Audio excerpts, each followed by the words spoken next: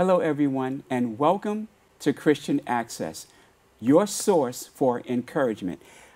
Today, we are happy to have with us a wonderful fashion designer, an entrepreneur, and this is a series that we're starting. This is the first of the series.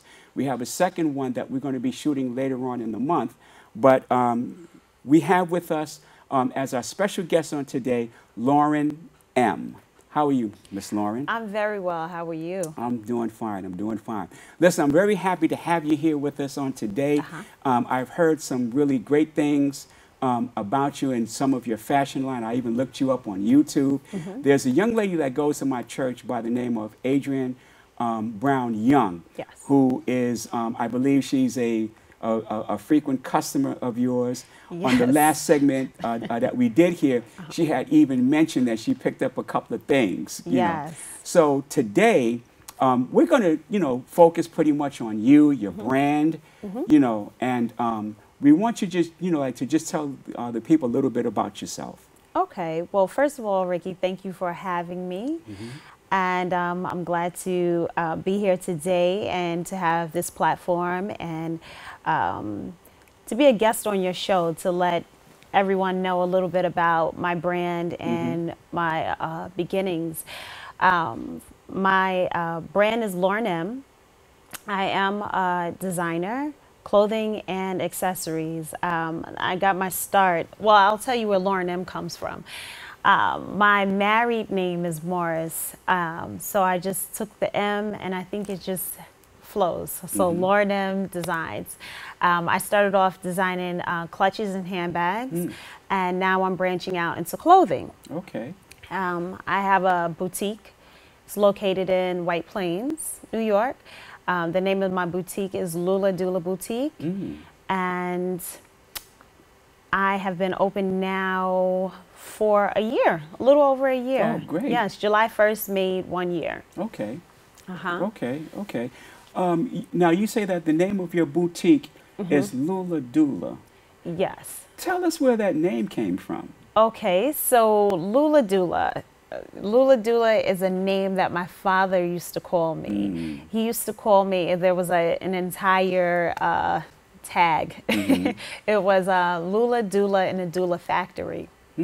So one day I'm going to have the doula factory attached to the boutique. But I just pretty much took the LOOLA DOOLA, and it's a nice, I guess, memory of my father. He's no longer here.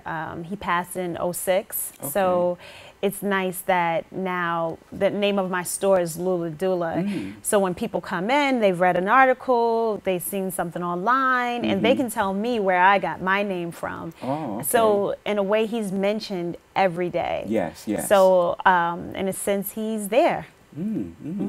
Now, what I did, I did just a little bit of research, and I looked you up. I found a video on YouTube, and within your store, I saw some incredible fashion, some incredible designs. There's also some of the clutches, the handbags, but there were some other items that you had in the store. And I was just wondering, how do you come up with some of these designs and the patterns? Well, I'll tell you, in this store, I used to own a boutique about 7 or 8 years ago. Okay. And I guess I'll tell you about that at some point. But in this particular boutique, the clothing is new. They're from different showrooms. So in Manhattan, some in Europe, and some in California. Where I purchase from showrooms. But I'm very selective on what I purchase. I try to get unique pieces and things that you're not going to see in the mall. And you definitely won't see yourself coming or going because the pieces are that exclusive. With that being said, I only carry at least, at most actually, 3 pieces of each item.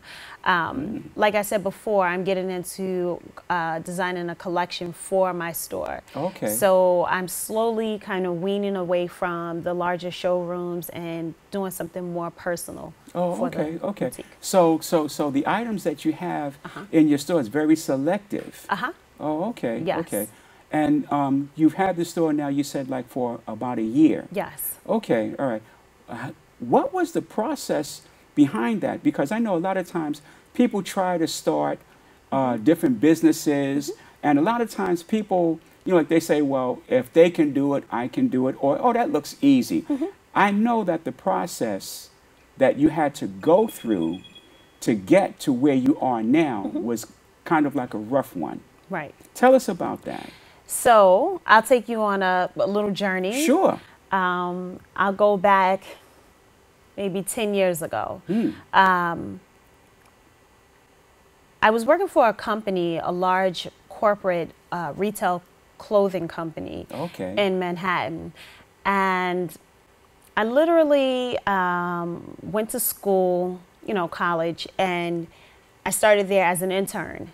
I was hired as a receptionist, and then later on became the vice president's assistant for the showroom. So I worked in Midtown, but it was actually a job where I was more so assisting the showroom and ordering food, and I felt like I was a caterer, pretty much. The usual assistance type of a job, yeah. Correct, correct. But there was a lot of hands-on experience, a lot of paying attention to detail, and so I learned a lot. One day sitting in a sales meeting, I sat there and I was so bored in the sales meeting that I began to doodle.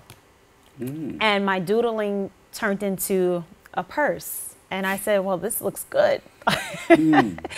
What can I do, or how can I get this bag into production, pretty much, make it come to life? So one day I happened to go into design to pick up a cartridge for my boss. And literally, I said to the receptionist, what should I do, or who can I talk to get my bags produced? What's the first step? Yes. And one of the top designers, he overheard our conversation, and he said, come into my office. And I literally went into his office, and he wrote down each step on what I should do. Really? Yeah. He took 5 minutes out of his time, out of his day, to write down the process. And I followed each one of those steps. And before I knew it, I had my first shipment sitting at my desk. Really? Yeah. So it was a little frightening, because here I am working for this major retail company, and I'm starting my own designs within this company. Within the company. Look at that. And I'm sitting at my desk, and the first shipment came to my office. So our company went through a huge layoff. And at the time, it kind of just swept through the entire company, and I literally had to move on with my bags. So I decided, well, you know what? I will just put them in, you know, a major store, like, you know, Bloomingdale's, or Lord and Taylor, whatever. I would shop it around. The problem was I wasn't a designer name. So I was rejected from different places. The thing with fashion, and people don't realize, it trickles up, not down. Really? Yeah. So my best bet would be to start in boutiques. But I decided, why should I go into someone's boutique when I can have my own boutique?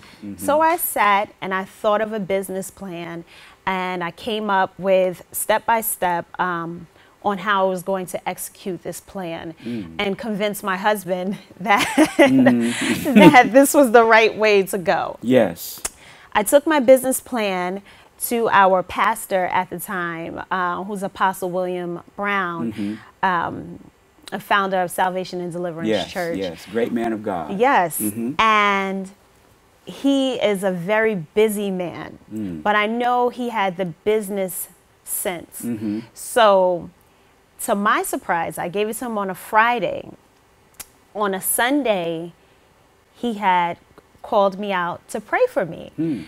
and he told me what was in my business plan. And I, most of all, was just amazed that he took time out to read it. Yes. So, you know, he told me it was well thought through, and, you know, it was going to be a success, excuse me, and it was going to work.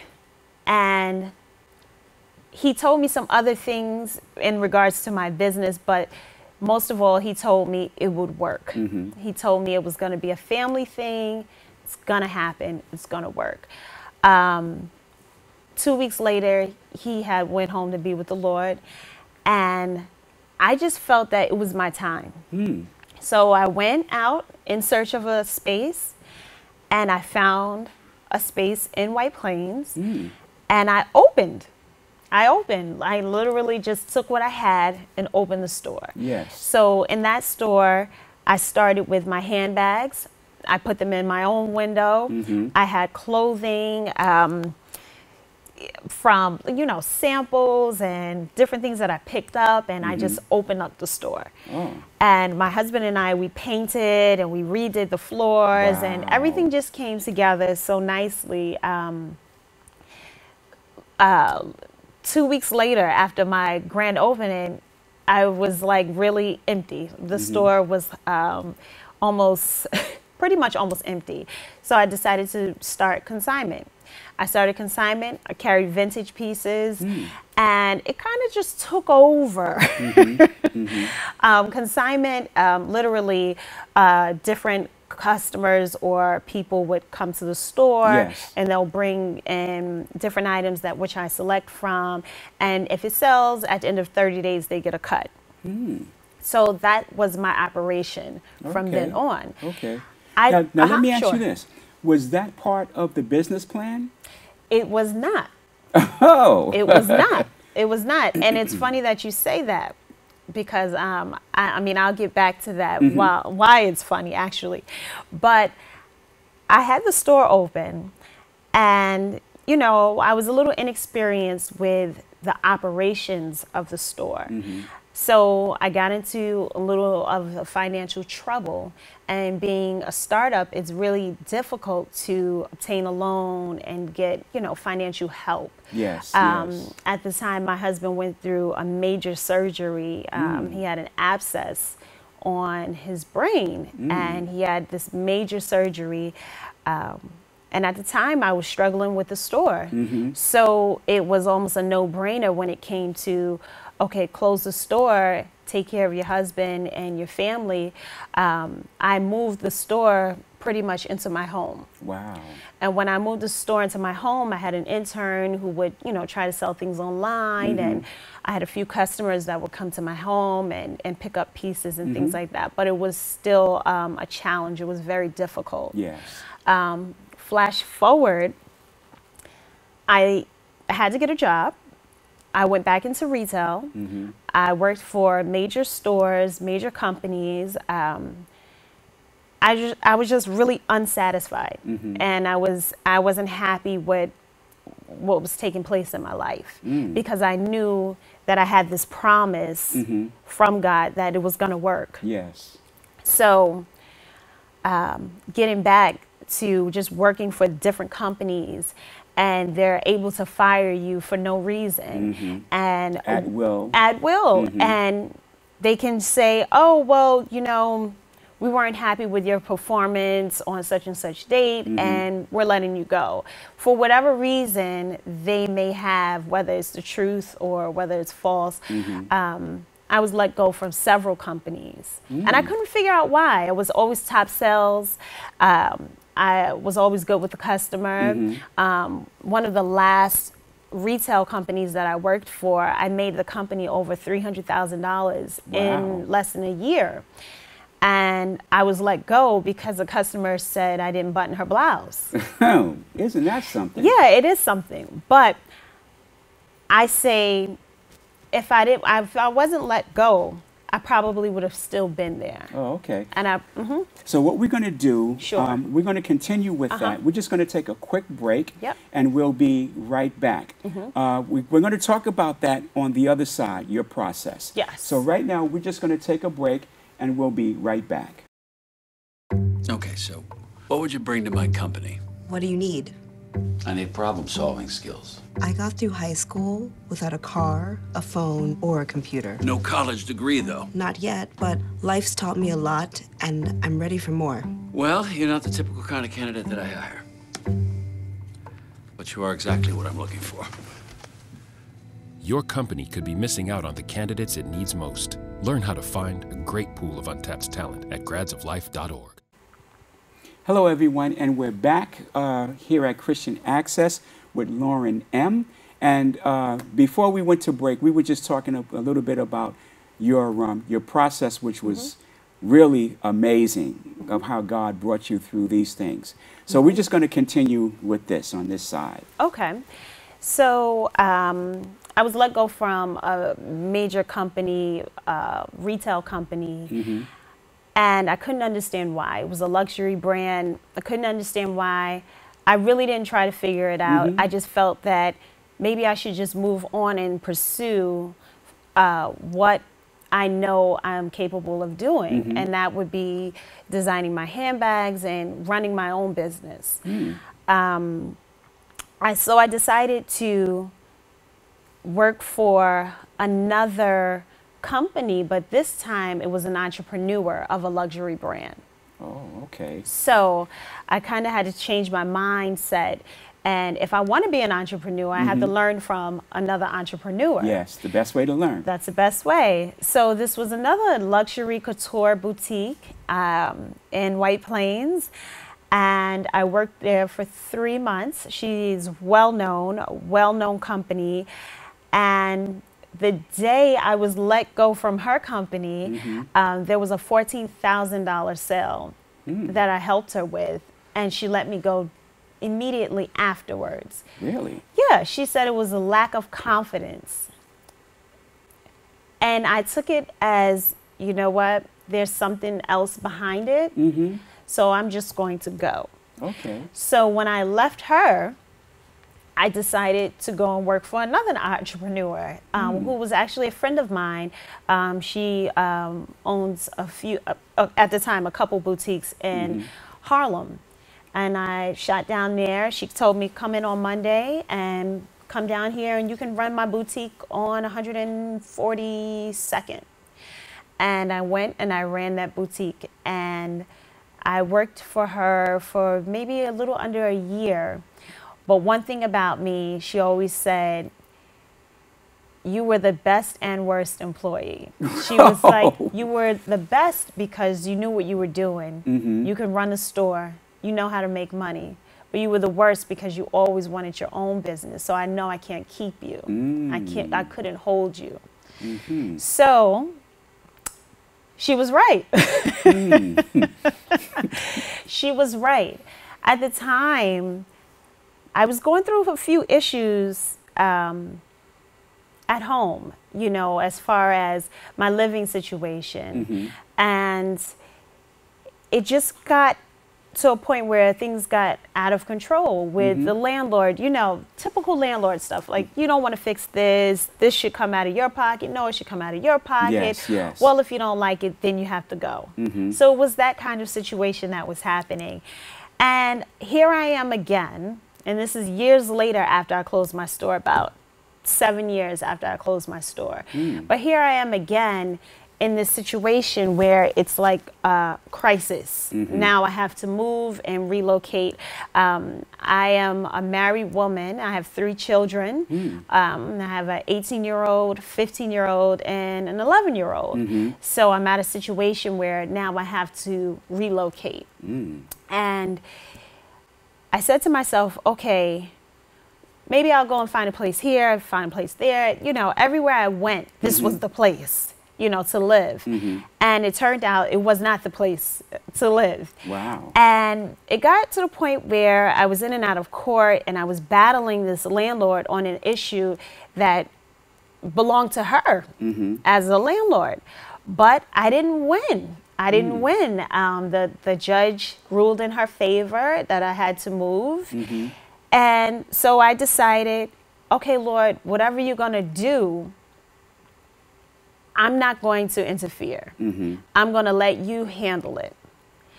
And it was one day actually, where we were all snowed in, and I got a call from a woman who was helping us to find an apartment or find a place. And she said, and most businesses were closed down, like all major, the post office, banks, everything was closed down. But she called me in this storm. And she said to me, I have a place for you. And she said, you know, can you want to go see it? And I said, well, yeah, I'll take it. She said, Lauren, go see it first.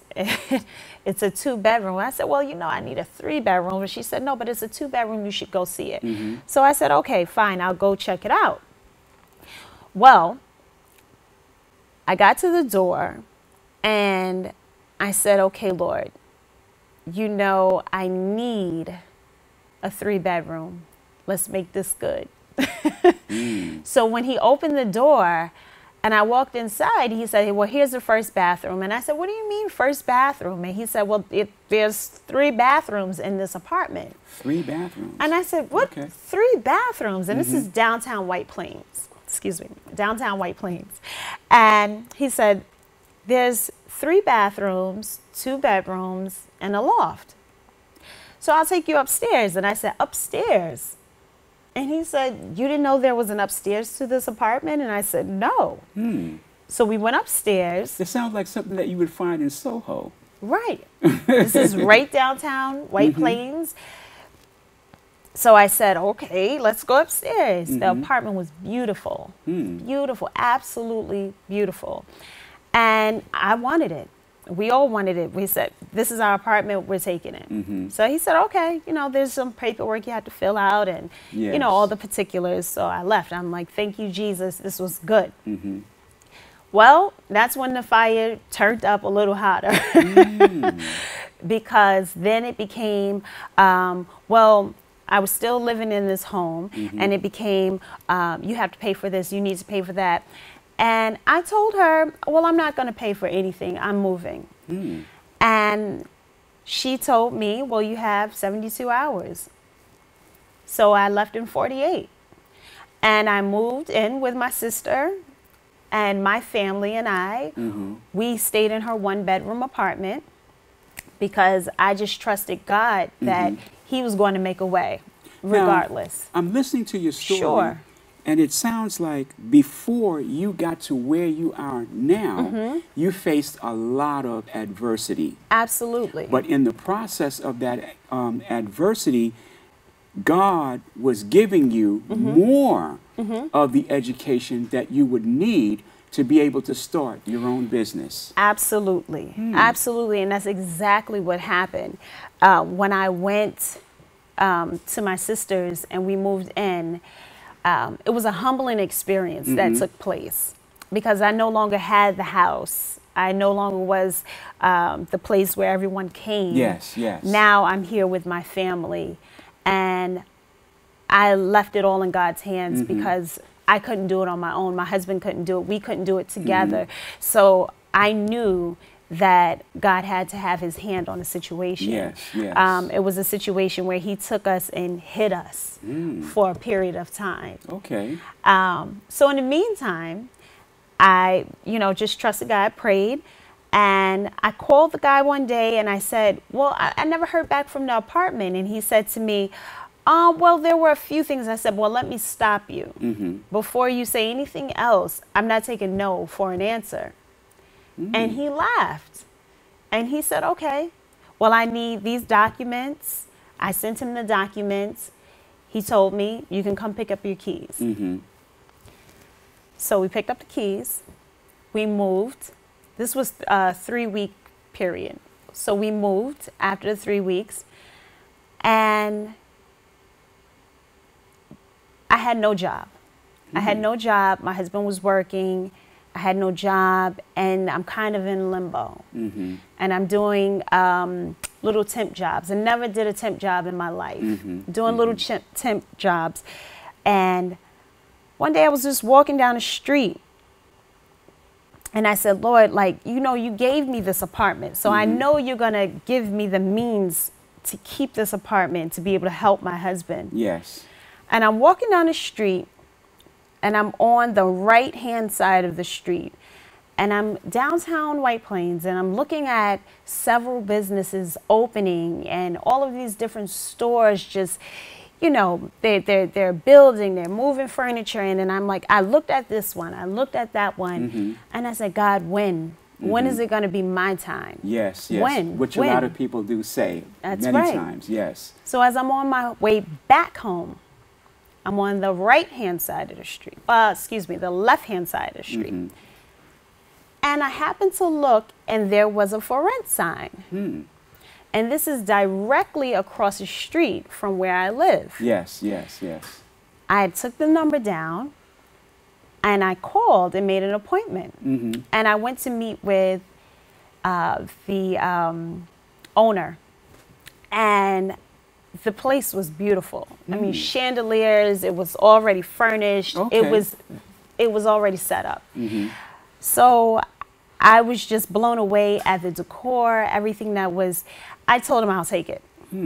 I didn't know where I was going to get the money. I didn't know how I was going to do it. I had no idea. Yes. Now let me ask you this: is this the current store? This is where the you're at current now? store. Because I looked it up also on Google Maps, and it looks like Westchester. And as you travel, I think it's a two-way street. Yeah. Or No, is it this is a one-way? one-way. And it is on the left-hand side. Yes. And from what I saw, it's beautiful. Thank you. It's beautiful. Thank it's you. beautiful. But I just want to say that, you know, a lot of times people think that it's easy, you know, like to be able to start a business, to be able to do branding. And from what I understand, your husband, he helps in the branding process as well? Yes. Well, I call him, he's my doula to my Lula. He's Mr. Doula. Yes, he helps out. I mean, in all aspects. If there was anything that needs to be done in the store, you know, physical part, he helps. He's also great with marketing and promoting and just security, whatever he needs to be at that moment. That's who he is. And you know, that's very important when you have like that type of support. Yes. And you also mentioned, you know, like even like with the children, a married woman, you have a husband, you have 3 kids, and it's very important that everyone, you know, like comes together for support.